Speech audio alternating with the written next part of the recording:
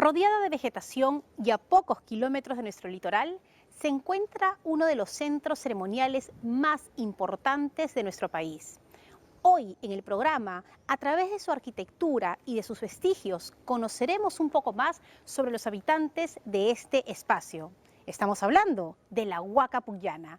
Bienvenidos al conocimiento, bienvenidos al entretenimiento. Esto es Museo Sin Límites.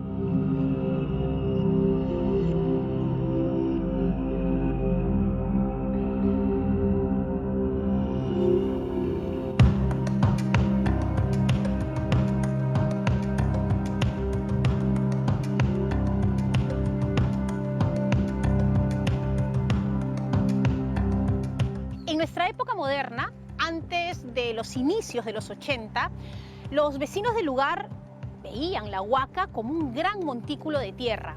Recién, en el año 1981, un grupo de arqueólogos liderados por la doctora Isabel Flores Espinosa empiezan los trabajos de investigación, de conservación y puesta en valor. Gracias a este trabajo y a la continuidad del proyecto es que ahora podemos conocer más sobre la Huaca Puyana.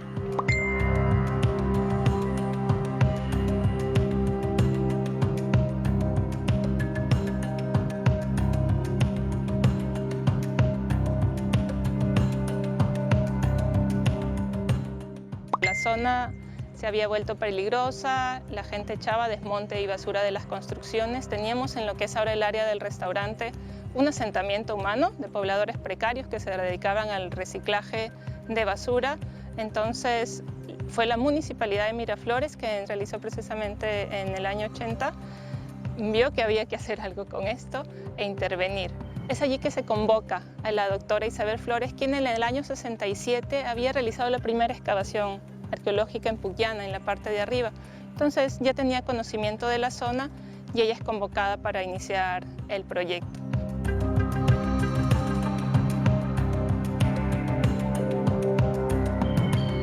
Las excavaciones se inician en el 81 con el objetivo primero de limpiar el área.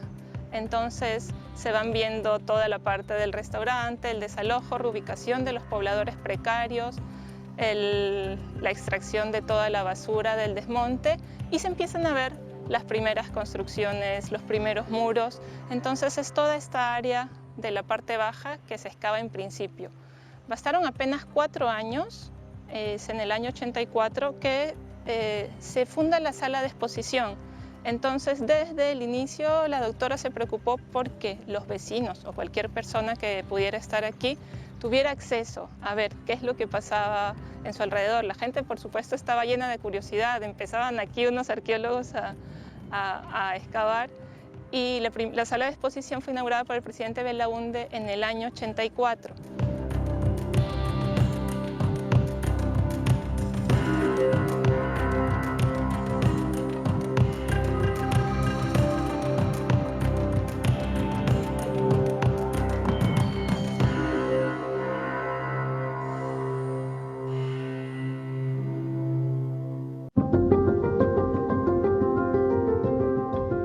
Pero antes de continuar con nuestra historia, ¿saben ustedes qué es una huaca?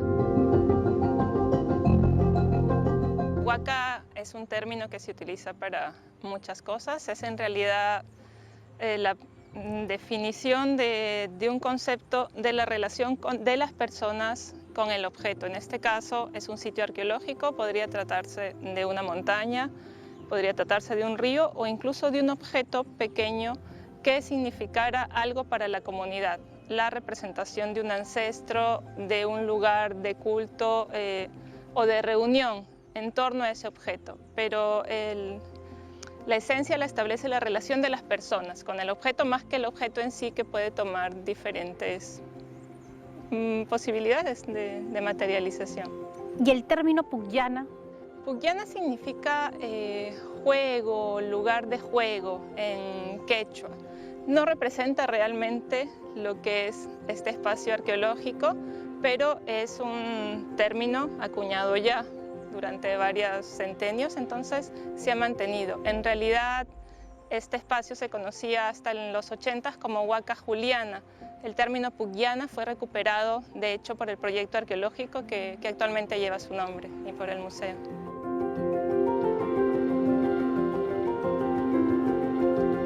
Pugyana es un centro ceremonial de la cultura lima.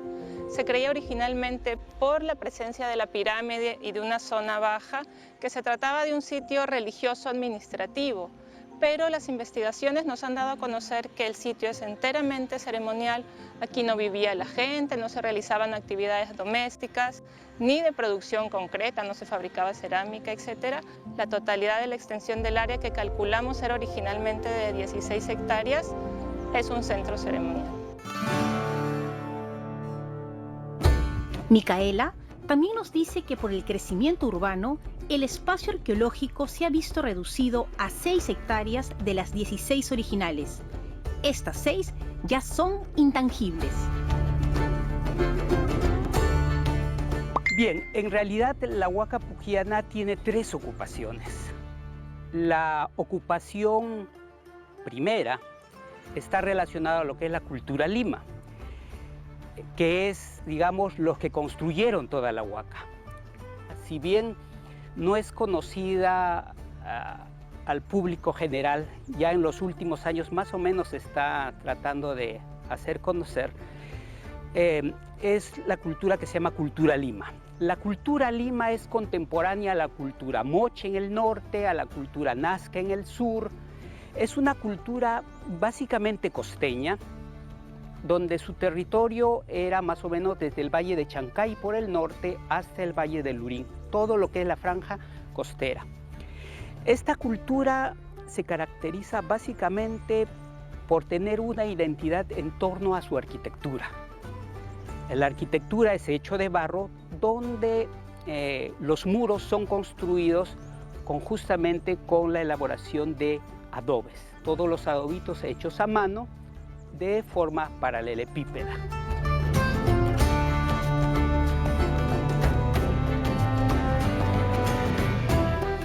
Las edificaciones de la cultura lima se destacan por el tipo de construcción con adobes en forma vertical a modo de librero. Estos adobitos rectangulares estaban elaborados con barro, fragmentos de cerámica y conchas, dándosele forma con las manos y secados al sol.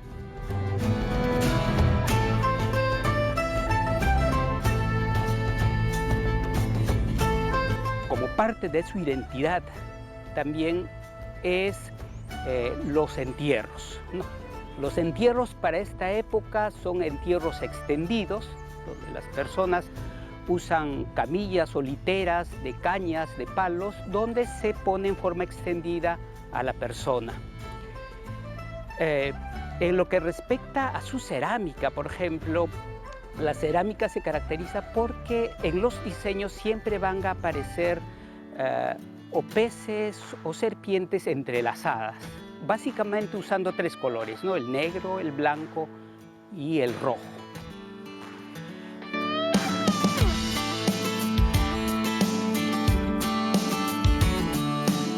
Lo más resaltante de la cultura lima fue su capacidad de convocatoria en torno a la población, quienes visitaban el centro ceremonial para trabajar, escuchar a sus autoridades y celebrar fiestas dentro de su calendario, así como grandes banquetes.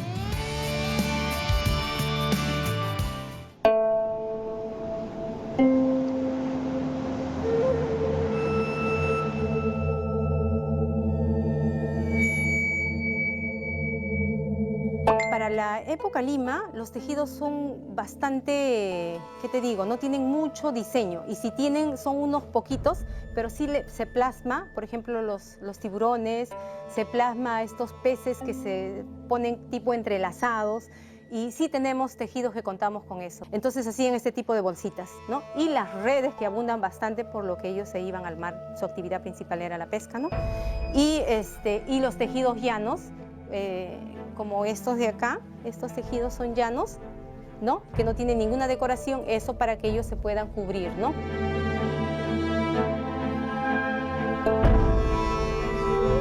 Y un poco para comprender algunos conceptos, ¿es que desaparece una cultura? ¿Es que se van? ¿Es que entierran y dicen queremos que nadie vea lo que hacíamos?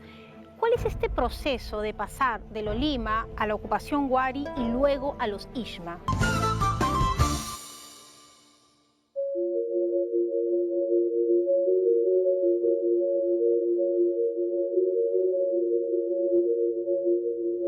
Y un poco para comprender algunos conceptos, ¿es que desaparece una cultura? ¿Es que se van? ¿Es que entierran y dicen queremos que nadie vea lo que hacíamos?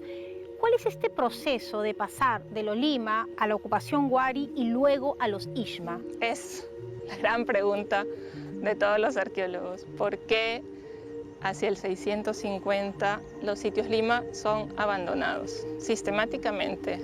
Además, no es que Puyana por aquí y otro por allí, no, sino que se da un abandono asociado además a la caída de todas las demás manifestaciones culturales. No es que se abandonan solo los sitios arqueológicos, sino que la cerámica se deja de hacer de esa manera, las decoraciones dejan de existir de esa manera. Una explicación es un gran fenómeno del Niño, importante, muy importante, debió serlo, para que el gobierno relacionado entonces con la religión perdiera prestigio de tal manera que estos sitios son abandonados. El abandono no consiste simplemente en que lo dejo. Hay una destrucción sistemática de los muros por los propios pobladores, el cavado de hoyos y el entierro, no total, pero se entierran los sitios en este proceso de abandono. Y entonces el trabajo de los arqueólogos es justamente desenterrar esto que fue enterrado por las culturas que ocuparon esos espacios.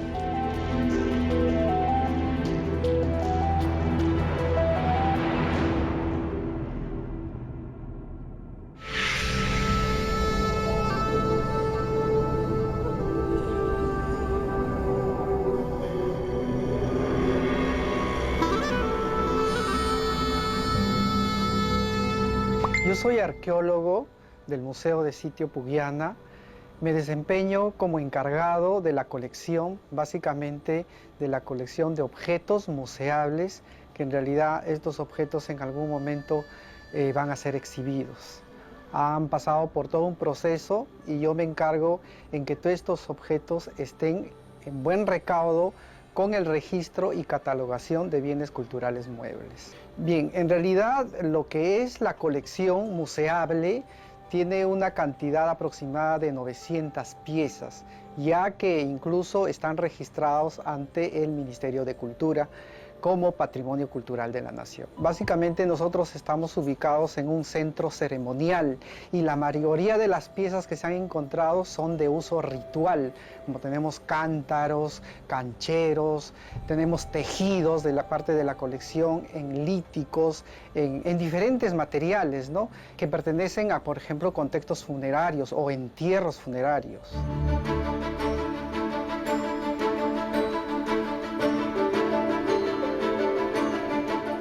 Las piezas que menciona Hernán permanecen en gabinetes, a la espera de la ejecución de un gran proyecto para la construcción de un nuevo museo de sitio en la Huaca Puyana, un moderno museo que exponga estas valiosas y diversas piezas que se mantienen guardadas, pendientes de su exhibición.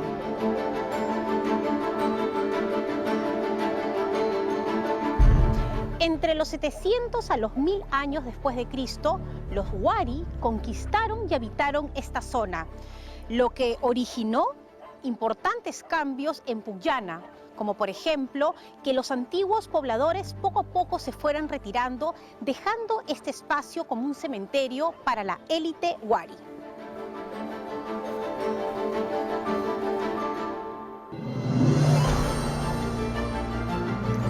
Efectivamente, la ocupación que ellos tienen es que ocupan las partes más elevadas. La pirámide, que tiene 7 plataformas para enterrar a sus personajes importantes. Estos personajes importantes en realidad tienen una serie de oficios. Nosotros hemos podido determinar las actividades que cumplieron algunos de estos personajes.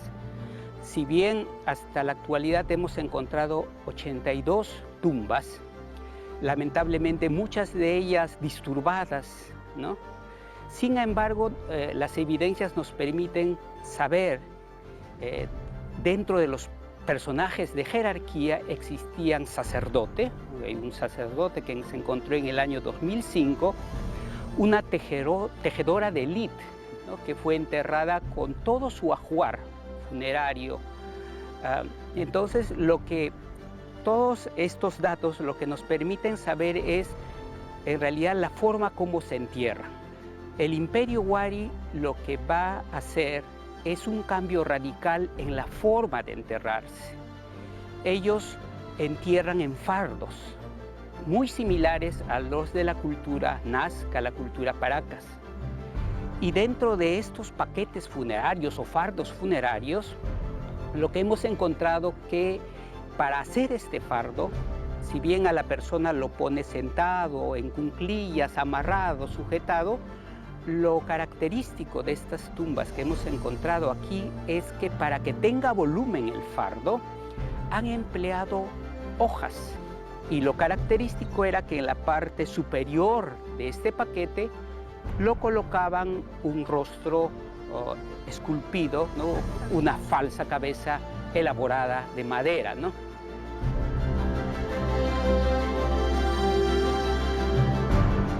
Algunos fardos poseen un envoltorio de soguillas trenzadas en fibra vegetal, un detalle particular de los fardos de la costa central. Estos fardos son acompañados por otros secundarios de niños a manera de ofrendas, así como diversos objetos que el fallecido usó en vida.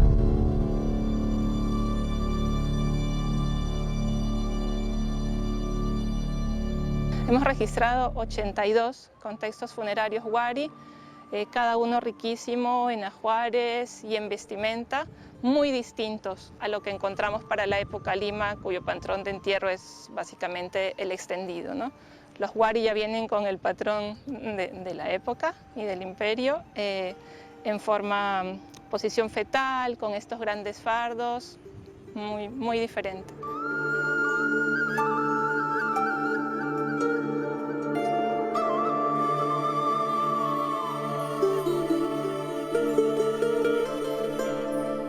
De ahí es donde tenemos nosotros mayor cantidad de tejidos, porque ya esta cultura desarrolla toda una sociedad de especialización, de ideología, y lo plasman en los tejidos, ¿no? Es como después en los incas también, que ahí se ve la vida cotidiana, su vida social, igualito, ¿no? Entonces tienen unas ideologías que realmente hasta ahora para nosotros es...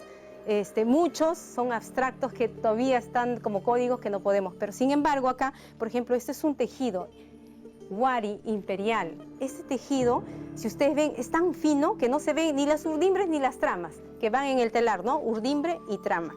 En cambio en este sí, pero este por ejemplo tiene como 150 hilos por centímetro cuadrado. Y normalmente hay publicaciones donde dicen que tienen 300 hilos por centímetro cuadrado.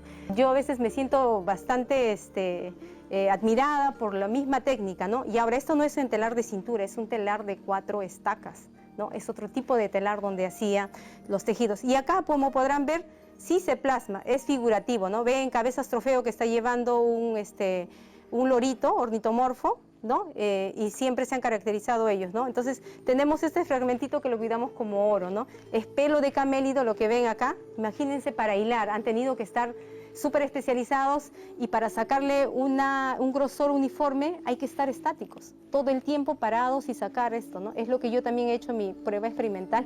Entonces es eso.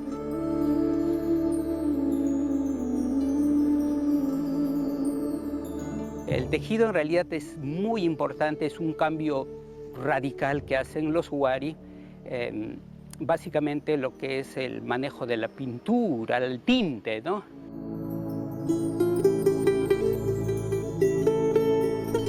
Entonces, el Imperio Wari va a tener su apogeo, pero igual llega a sucumbir el imperio por problemas internos que tiene, y hay como una independización, digamos, posterior, en donde es lo que ahora aparece como la cultura Ichma, ¿no?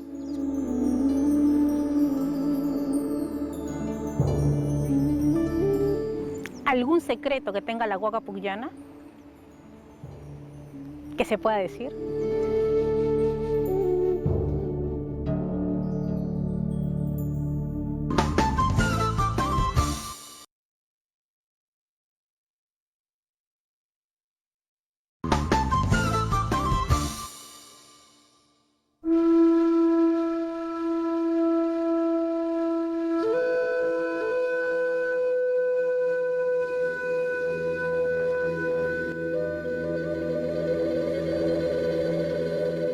¿Algún secreto que tenga la Huaca Pucllana que se pueda decir? El secreto de la Huaca Pucllana son sus gabinetes. No son secretos, no están en el espacio arqueológico que recorren los visitantes especialmente, pero sí forman parte del circuito de investigadores y de personas más interesadas en conocer esas áreas. 3 siglos después de la ocupación Wari, una nueva cultura conquista el lugar. Bajo el culto al dios Pachacamac, un grupo de sacerdotes de élite se asientan en este espacio. A ellos se les conoce como los Ichma.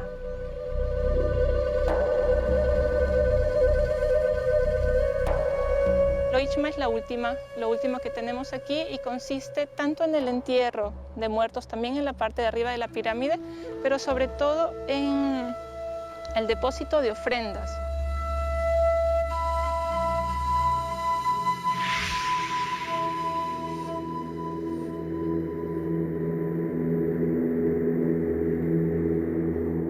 Hay distintos tipos de ofrendas.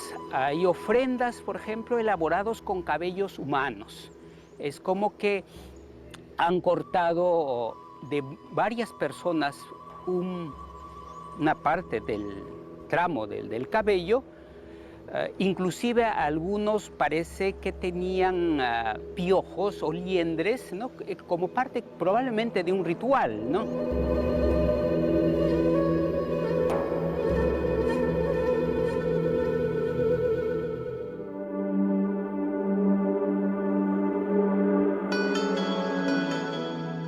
La cultura Lima, quienes ocuparon la zona entre los años 450 al 650 después de Cristo, fueron quienes construyeron el centro ceremonial. La cultura Wari llega entre los 850 a 1100 después de Cristo. Ellos lo usaron como cementerio. La cultura Ichma ocupa el lugar entre los años 1100 a 1450 después de Cristo. También tuvo un uso funerario, pero destacaron en sus ofrendas.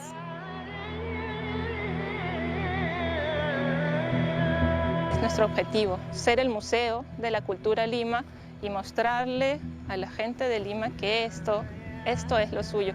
Esta técnica de librero maravillosa para la construcción es tan típica de lo Lima y de hecho es la arquitectura lo que más resalta. No tenemos grandes joyas de oro ni hallazgos magníficos como en el norte o en el sur, pero tenemos esta arquitectura fantástica hecha en barro.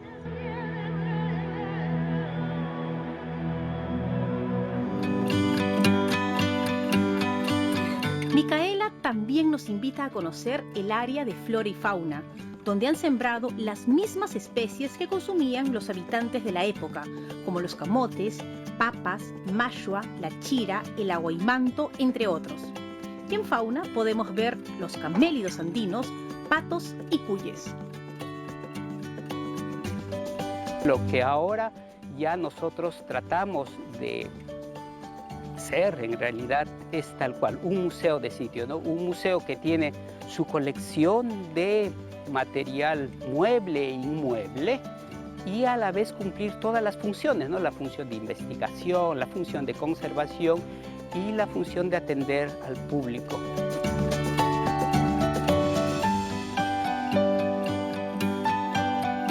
Les invito al Museo de Sitio Pucllana. Hemos abierto con un entusiasmo tremendo. La visita se hace únicamente con reservas, eso sí, se los pedimos para garantizar la seguridad de nuestros visitantes, básicamente. Entonces es una oportunidad única para nosotros como limeños, para todos los peruanos, de visitarlo, porque la información que se van a llevar ahora es riquísima sin la abundancia de gente, es muy especial.